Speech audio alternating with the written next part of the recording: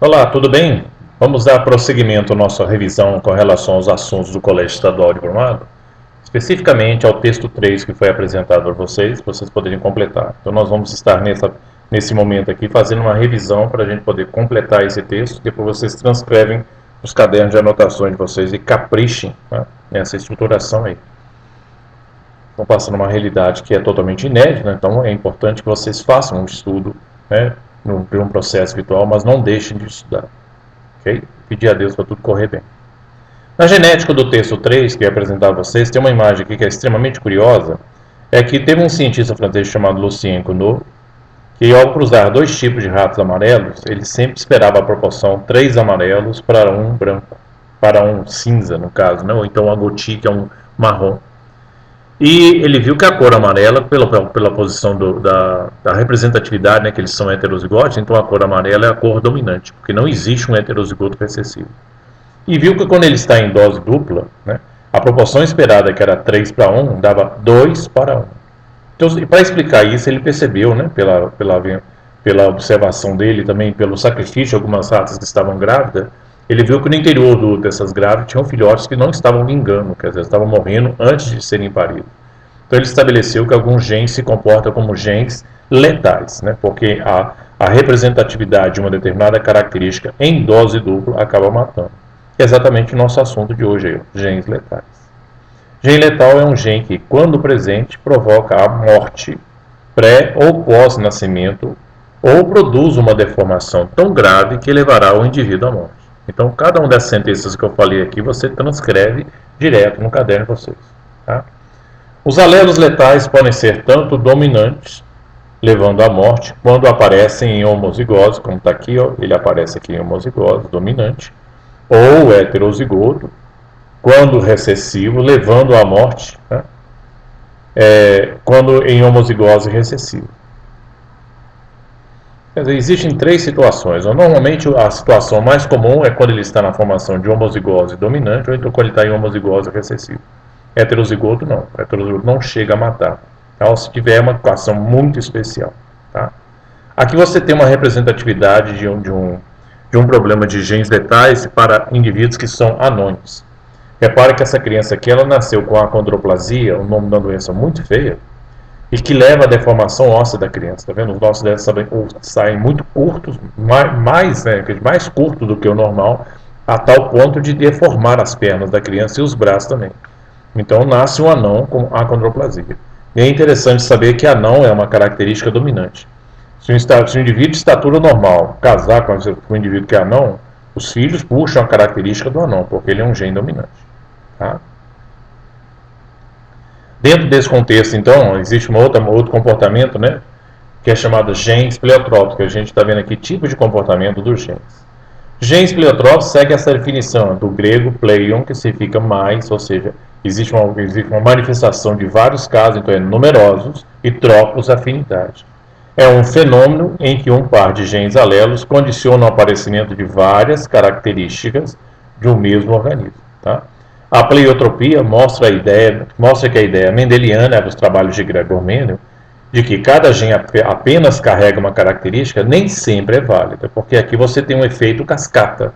Por exemplo, você tem esse quadro aqui do que a gente chama de síndrome de Marfan, em que você tem um indivíduo aqui com o peito normal e aqui com um indivíduo com o peito na parte de síndrome de Marfan, que parece que o externo dele foi arrancado e junto com o coração, que ele fica com uma cavidade no centro do peito. Né? Eu tive alunos há uns 5 anos atrás no colégio estadual com esse tipo de manifestação. Tá? Aí vamos ver como é que se comporta esse quadro aí. Por exemplo, antes de chegar dele tem uma situação desses ratinhos aí. Ó. Certos ratos nascem com costelas espessadas, quer dizer, as costelas normalmente elas são finas, então para este quadro especial, ele nasce com uma costela muito mais larga do que o normal.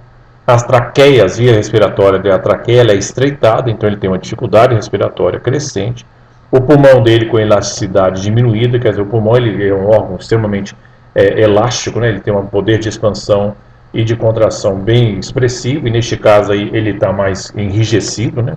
E para piorar, as narinas desse bicho é bloqueada, o que fatalmente os levará à morte. Então, esse somatório, que é dependendo da gravidade dessas manifestações, os ratinhos não conseguem sobreviver. Eles podem até chegar a nascer, mas morrem logo em seguida. Tá? Todas essas características são devidas à ação de apenas um par de genes. Portanto, um caso de pleiotropia. É conhecido como efeito cascata no organismo. Repare, ele não tem uma manifestação genética ligada a um paciente, ele tem várias manifestações, vários sintomas devido a esse pareamento que é anômalo. Beleza? Continuando aí, você tem agora a síndrome de Marfan. Okay? Esse menino, particularmente, que está aí ilustrando, mostra uma das características dele, que é a altura realmente elevada. O aluno que eu falei com vocês que teve aí no colégio estadual também, com esse tipo de síndrome de Marfan, é o único que eu olhava para cima. A maioria da galera olha para baixo, vendo as minhas pitulinhas tudo pequititinha. Mas esse aí não, esse era muito alto, era tinha 1,90 m e tinha uma senhora mão, viu, rei? Porque a minha mão é grande. E quando eu casava a mão dele com a minha, o dedo dele subia quase 5 centímetros acima. Né? E é conhecido esse fenômeno com esses dedos muito longos como aracnodactilia, dedos de aranha, que é uma das características da Marfan, tanto na mão como no pé.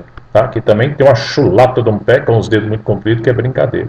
E esse corpo mesmo, é um corpo bem magrinho, tá?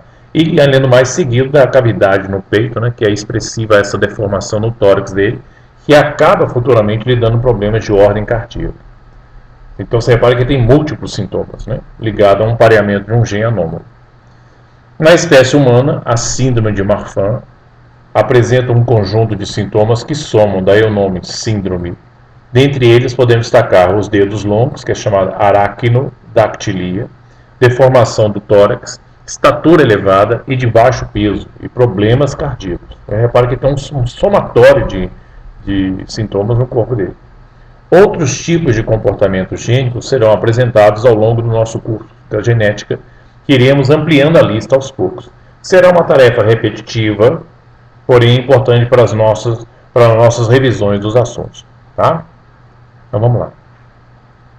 Vamos entrar então no histórico do trabalho de Gregor Mendel, né, que esse homem aqui foi fantástico no trabalho dele. A culminância dele interessante chamar a atenção desse homem é que ele estabeleceu uma linguagem matemática em cima de um evento biológico. Daí o brilhantismo no trabalho dele. Simples, mas bem interessante. Ele era um monge agostiniano, portanto ele vivia enclausurado no mosteiro. Ele trabalhava no mosteiro de Bron, na antiga Áustria, hoje é a Tchecoslováquia. Realizou experimentos em ervilhas de cheiro, foi a planta que ele trabalhou, tá? A espécie chamada Physon sativa. Publicou os resultados dos seus trabalhos em 1865 e deu um azar miserável nisso aqui, porque o trabalho dele coincidiu com a importância dele, o trabalho desse homem foi ignorado, né? Porque Charles Darwin também publicou A Origem das Espécies nessa mesma data. E toda a Europa estava esperando o trabalho de Charles Darwin, e deu pouco caso para ele, que falou, pá, isso aqui é um padreco metido a besta. Então as pessoas não compreenderam a importância do trabalho dele. Aí teve que percorrer 1900, né? Passou só em 1900, né? Desde 86, 1865 para 1900, 34 anos depois, o seu trabalho foi redescoberto e aí falou, rapaz, olha o que esse homem fez aqui, para avaliar o trabalho dele. Então isso aqui é a imagem de uma ervilha, ela é uma flor especial porque não tem um inseto condição de polinizá-la, porque ela tem uma flor blindada, então ela se autofecunda, ela faz uma autopolinização. Tá? E aí o que a gente vai descrever em relação aos slides é exatamente isso. Como é que Mendel fez isso, né, para misturar essa situação toda? Por que o trabalho dele foi importante? Primeiro que ele permitiu prever o comportamento dos genes numa linguagem matemática simples, na parte de probabilidade ou então percentagem. Os trabalhos que foram realizados com ervilhas de cheiro apresentam fenótipos de fácil observação. Esse foi um critério bem legal. Primeiro que a planta cresce rápido, ela dá 2 gerações por ano. Se ele fizesse esse trabalho em seres humanos, ele estava lascado. Ele não conseguia chegar em resultado nenhum. Mas as ervilhas, como tem um ciclo vital relativamente curto, 6 meses, ele dá para fazer isso, para completar 2 ciclos em um ano, né? E é de 6 meses. Portanto, destaca-se 7 tipos de fenótipos entregues na sala pelo seu professor, desenvolver os trabalhos na tabela de consulta em sala. Isso aqui são atividades que você vai fazer para mim daqui a pouquinho, com relação à importância do trabalho dele. Tá? Então você vai ficar, vai receber esse tipo de imagem, né, que você vai poder ver aí embaixo, dos trabalhos de Mendel, e a partir nesse momento a gente vai partir para um outro instante para mostrar a vocês como foi feito o trabalho dele e mais ainda, como é que é feito o efeito da montagem da tabela de consulta, que essa é a competência máxima que você tem que fazer. A tabela de consulta, ela abre a oportunidade de você fazer os cálculos, né? Você fazer, sempre ter ela como referência para analisar os resultados finais de um determinado cruzamento.